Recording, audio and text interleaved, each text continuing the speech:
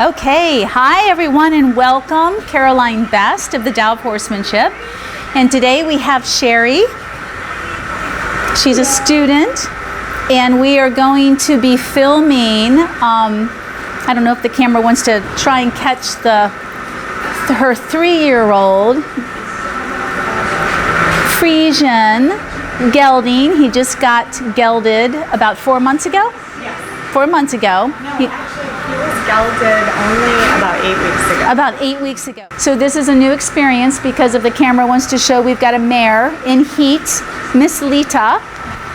And I did this on purpose. I could have put him in the back and separated him, but I knew what I was doing. So we're going to talk about all of that. And I don't advise anyone to do what I'm doing unless you are a trainer. What I'm going to be doing with this young horse this week is very innovative and progressive, and it is the way I always work with horses. But this guy, because he's just recently been gelded, adds a little bit more complexity to the situation because he's going to be a lot more hypersensitive. So I'm also going to be doing something that's very unique to my method. I do this all the time with young horses. I will be working with one of my schoolmasters with this baby, especially for many reasons, but especially to help this young horse socialize. And then second, he just got cut, so I need him to learn boundaries. So without any more talk about that, if the camera just wants to take a look at that cute little thing out there, he's already learned this morning how to, so this is perfect. Okay, he's rolling right now. We'll just go on in, and what I'd like to do, well, what I'm going to do is show you guys how I'm going to say hello to him and work on him coming to me, which I will do a lot more of this in the round pen because it's a structure that's set up better than this paddock. And I'm going to take my lunge whip with me. Hi, sweet boy. You can come on in. And Sherry, if you can just stay out here and watch, babe. Handsome. So this is all about friendship and rapport and bonding. That's going to be part of this entire week. It's part of my training method and everything I do with horses. No, Baba, I want him to want to be with me and to seek me out. That's part of the relationship and the bonding rituals right now. I want him to feel safe with me and comfortable with me. That's so important to this method. So critical to this method. And that's one of the biggest things that traditional and conventional horse training forgets.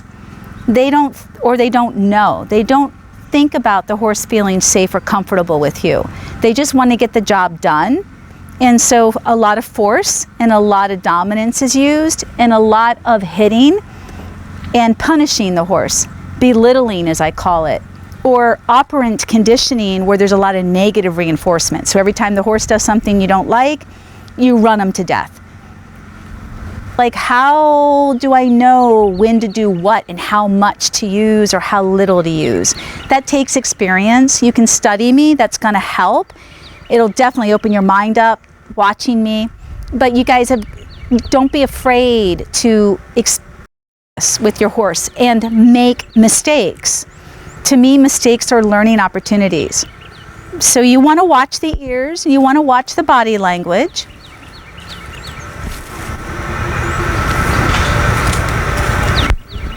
I'm going to ask him back.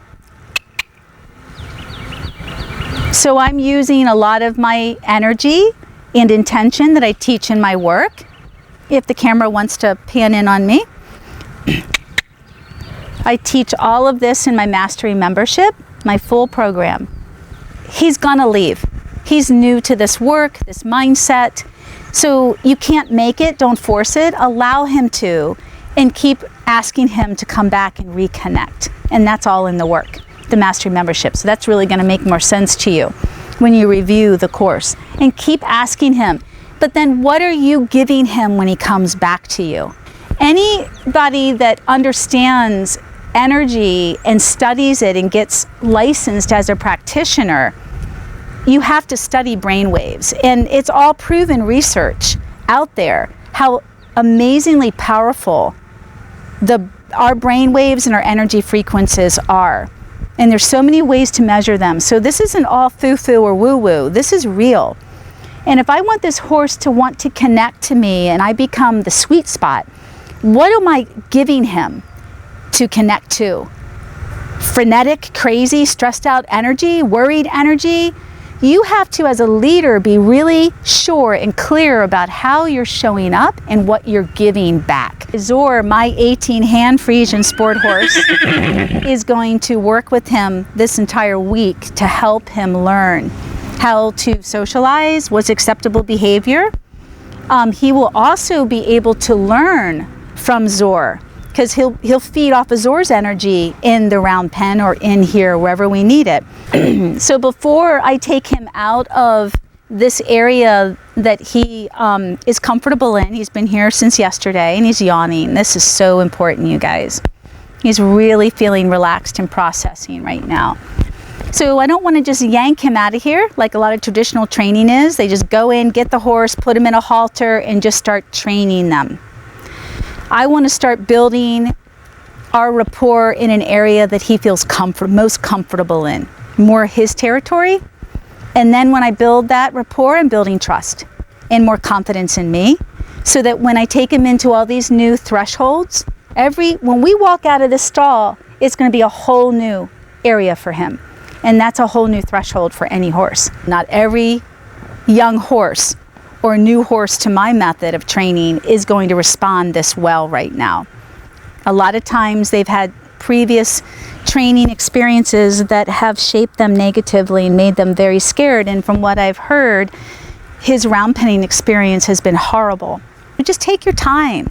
These are called building blocks in my work. Take your time. Start where it's the easiest place for the horse. Sometimes it's the stall. You can do this in a stall. He can leave you. He could be screaming and circling the stall. You could back up and ask him to join you. So that's all energy and relationship right now. My frequency is very strong because I'm very good at what I do, obviously. So you've got to understand what a young horse is like, that this is normal behavior. And unfortunately, so many people hit them. And then you make your horse afraid, head shy. We don't want that. So one of the other beautiful things about working with energy, like I do with horses and what I teach, how I teach you, is again going back to the brain waves and the neurochemistry, the natural science of all of this. So we would like all of our horses to be relaxed, to become confident, to become thoughtful and responsive, not reactive and emotional. And thoughtful means that he takes the time to stay present with me. He doesn't start going somewhere else and being involved in other things. That he's present. He's here in this moment with me. And horses are amazingly excellent at all of these things I'm talking about. That's why being strict but loving, like you are with your children or a dog, and having discipline and having acceptable behavior makes sense to horses. It's just how you go about it. And that's the hardest thing for a lot of people, is you don't want to hit. There's ways of, like when you study wild horses, they have phases. So the mom will let the baby know by a flick of an ear. It's that soft and subtle. If the baby's not paying attention, she'll get a little stronger. But everything is in a warning. Everything builds up. It's added on. It's never just a kick or a strike or a bite. That's aggressive. And horses are not aggressive by nature. Stallions are because of the hormone, but horses are not aggressive by nature. So I'm going to ask him to reconnect. I prefer the cluck. It's an energy frequency. Keeps you doing less to overstimulate the horse. Good boy. Lots of positive reinforcement. Good boo-boo. Remember, he doesn't know any better right now. So when horses come to me in a full-time training, they have two solid weeks to begin with before I get a little sharper, a little quicker with So they need about 2 weeks of education. It's like any habit. When you're creating a new habit, for people and horses, it's very similar. The way we, especially patterns and habits, it takes about 2 weeks to start to shift and really understand. And then it takes a full 30 days to incorporate the new habit, but you have got to stay after it in a 90-day program. So we're not talking about addiction with our horses right now, but just to give you guys an idea of what it takes. Oh gosh, he's so sweet. What it takes to create new patterns and habits. This guy needs about 2 weeks before I would come on a little sharper, a little stronger with them. Nope, you got to stay here. Because he's starting to learn in 2 weeks. So that means you don't get strong the first day, the second day, or the third day. He's learning right now. And so part of developing deeper trust with these young horses and confidence in what you present to them, right? So they're not afraid, that they trust you, that whatever is new, he trusts that it's going to be a good experience. You've got to start with things like this, the whip. And so I'm giving you a really easy way to begin. You love on him where he can see it. It's an extension. Let him play with it a little bit. And then it's going to go where he can't see. So this is the beginning of how I develop complete safety to ride bitless. I don't train with bits. And I get all my upper level movements, like the pee-off, which is one of the highest, because I develop all my horses in my lunging methods first for balance and self-carriage. But I ride bareback too, right? And I ride on the trails this way because my horses are my companion, my partner, and they consider me one of them. And they feel safe, so they look to me for safety, but they also, as we develop, and it takes time, let's go in. Good baby. Good baby. Yeah, it's a good boy.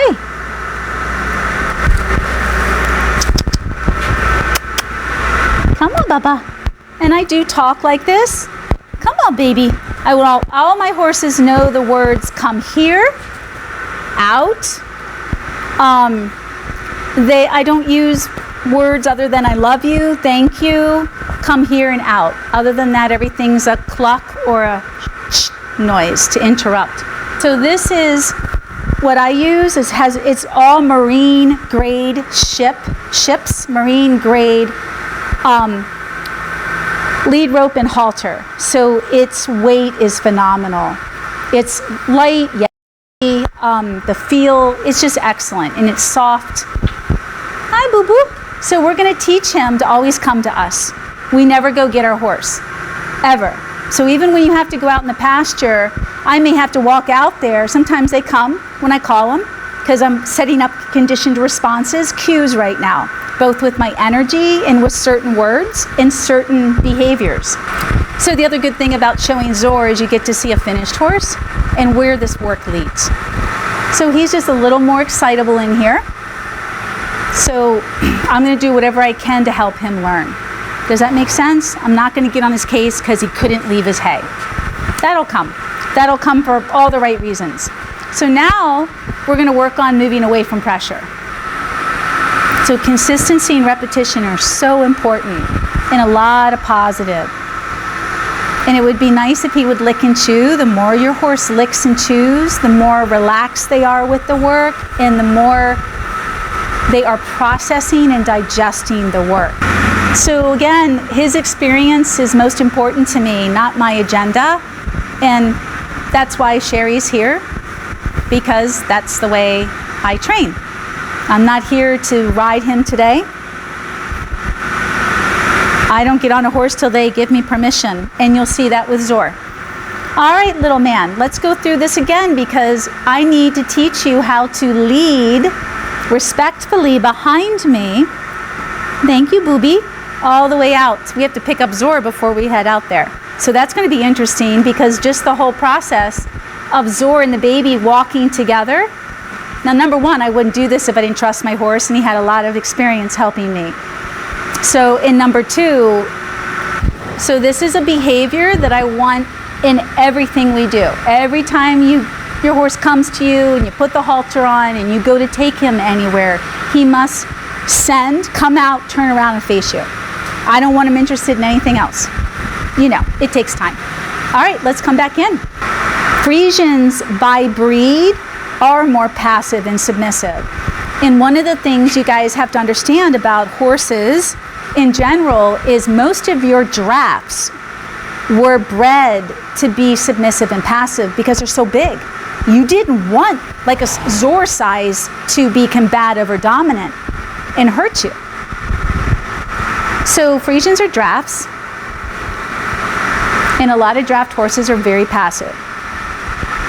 So it's really easy to make them unconfident because they're naturally not born with a lot of self-esteem or confidence.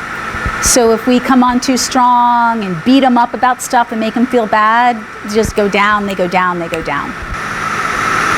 And this is why when you guys see all my videos like on YouTube, my horses can't wait to go work with me because it's such a joyful, positive experience. And don't get me wrong, it can be hard work. You know, some of my horses are level 2, level 3 dressage, but we do it together with tons of rewards. You also create an excellent work ethic in your horse because horses are lazy by nature. But then again, you have bloodlines. Horses are lazy by nature, and that is instinctive in them to conserve energy. So don't let anybody tell you your horse needs a job because all you're doing is making their mind busy. Horses need to ground and get quiet. That's what's going to give you safety. Have purpose in the work that you do. Have purpose. What are you here to teach this young horse? Great learner. And we want to do everything 3 times correctly because 3 is the magic number to pattern recognition and creating habits. So if you've got a really crazy horse, you're going to work through the crazy until you can get it good 3 times, you guys. Don't do the crazy 3 times and quit. Because then you're creating a negative habit or a negative pattern of recognition where he thinks that this is the way you do it. So that's another hard thing for people who, like you share, you join the Mastery membership so you could learn how to train your horse and work with your horse using my method. Remember, we like curiosity with young horses. Curiosity is the opposite of fear. What I don't want is a horse standing here stoic and tight. I want him to crowd my space right now because he feels safe with me. This is good right now. And I feel safe knowing him that he's not going to run me down. I've never been run down with 2,000 horses, mostly trauma cases. He needs to be curious. So I'm going to walk him around here, let him say hello, and reinforce that he can't start getting excited. But let him be curious. Curiosity is the opposite of fear, you guys. You'll wean him off of being nosy. Let him be nosy for a while, whether it's weeks or months, and then you'll start saying, okay, that's enough. Plus the work that I'm going to be doing this week, or if he was here in full-time training, he would learn to get quieter and quieter naturally. Let's go say hi to Smokey. That's enough. That's enough. So if he was a young baby and you wanted to keep him a colt, a stallion, a colt, and then a stallion, you would handle all of this. You teach him this all as a baby. And sometimes genetically, they're so dominant, you have to cut them. I've had some expensive horses come to me as 3-year-old, 4-year-old stallions to be trained, Lipizans, Andalusians, and I'm like, no. Cut, unless you're going to breed, cut.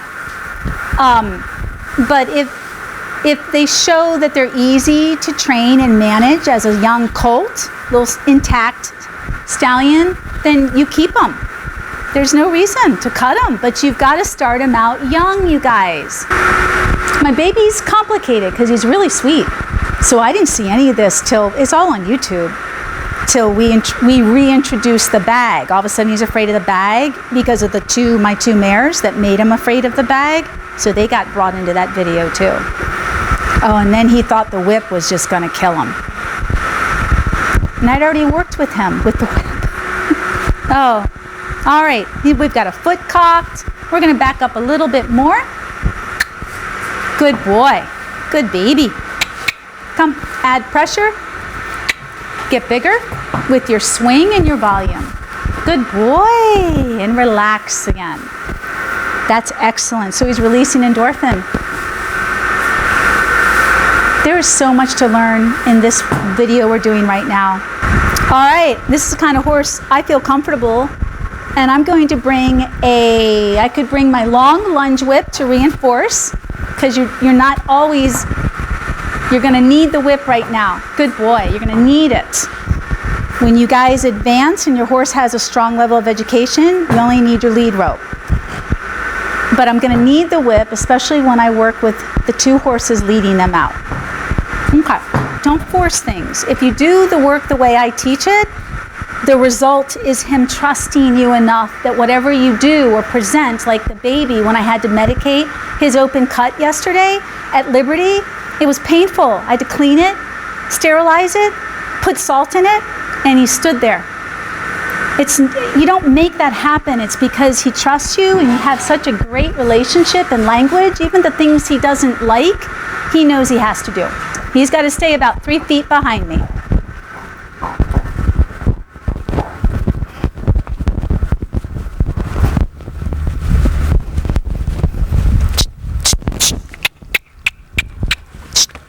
Yep, you got to pay attention to me. Hi, baby. We'll check out the baby. Come see Blue. Hi, baby. This is my... Oh my gosh, Blue, you're not 2. You'll be 2 in March. Yes. Hi. Yep, your mama's okay. So see how Blue checked in with me to make sure I'm okay? Thank you. You know when to submit. Yeah, into my babes.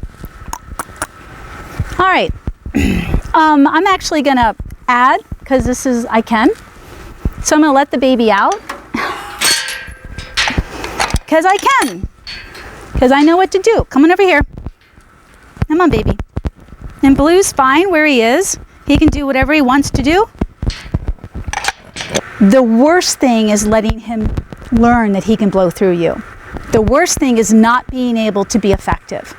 So you guys, I'd rather you come on too strong and feel bad about it than allow this horse to learn immediately that, because one of the things that's the worst for horses to learn is to blow through you and pull out of your hands. That is one of the hardest things to fix at any age. So this baby has got to, bottom line, respect this energy, and if I get bigger, I was like, what was that? That was a dog. Not to fear it, but respect it. Hey, Big.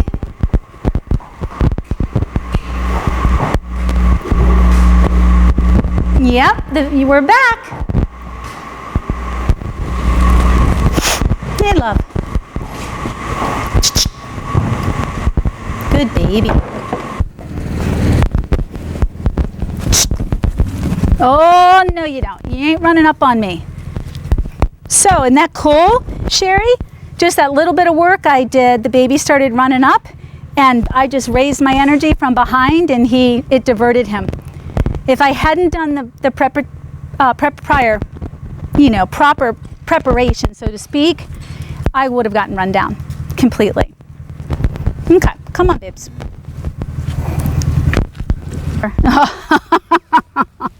Door's like, nope, that's the wrong, you stay on me. Got it? Good boy. You better keep away from me too. See, Zor's pinning his ears now. Come on in, Sherry.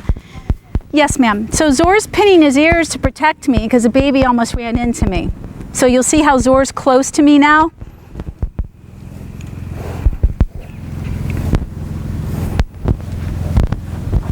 Good boy. Good boy.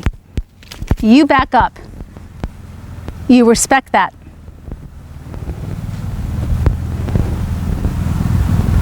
This is all part of socializing. Blue finds this fascinating. Zor does not want to go. I have to pull my horse. Come on, baby. Good. So the baby's learning that when I stop, to stop. And I'm reinforcing that. Little good boy, Zor.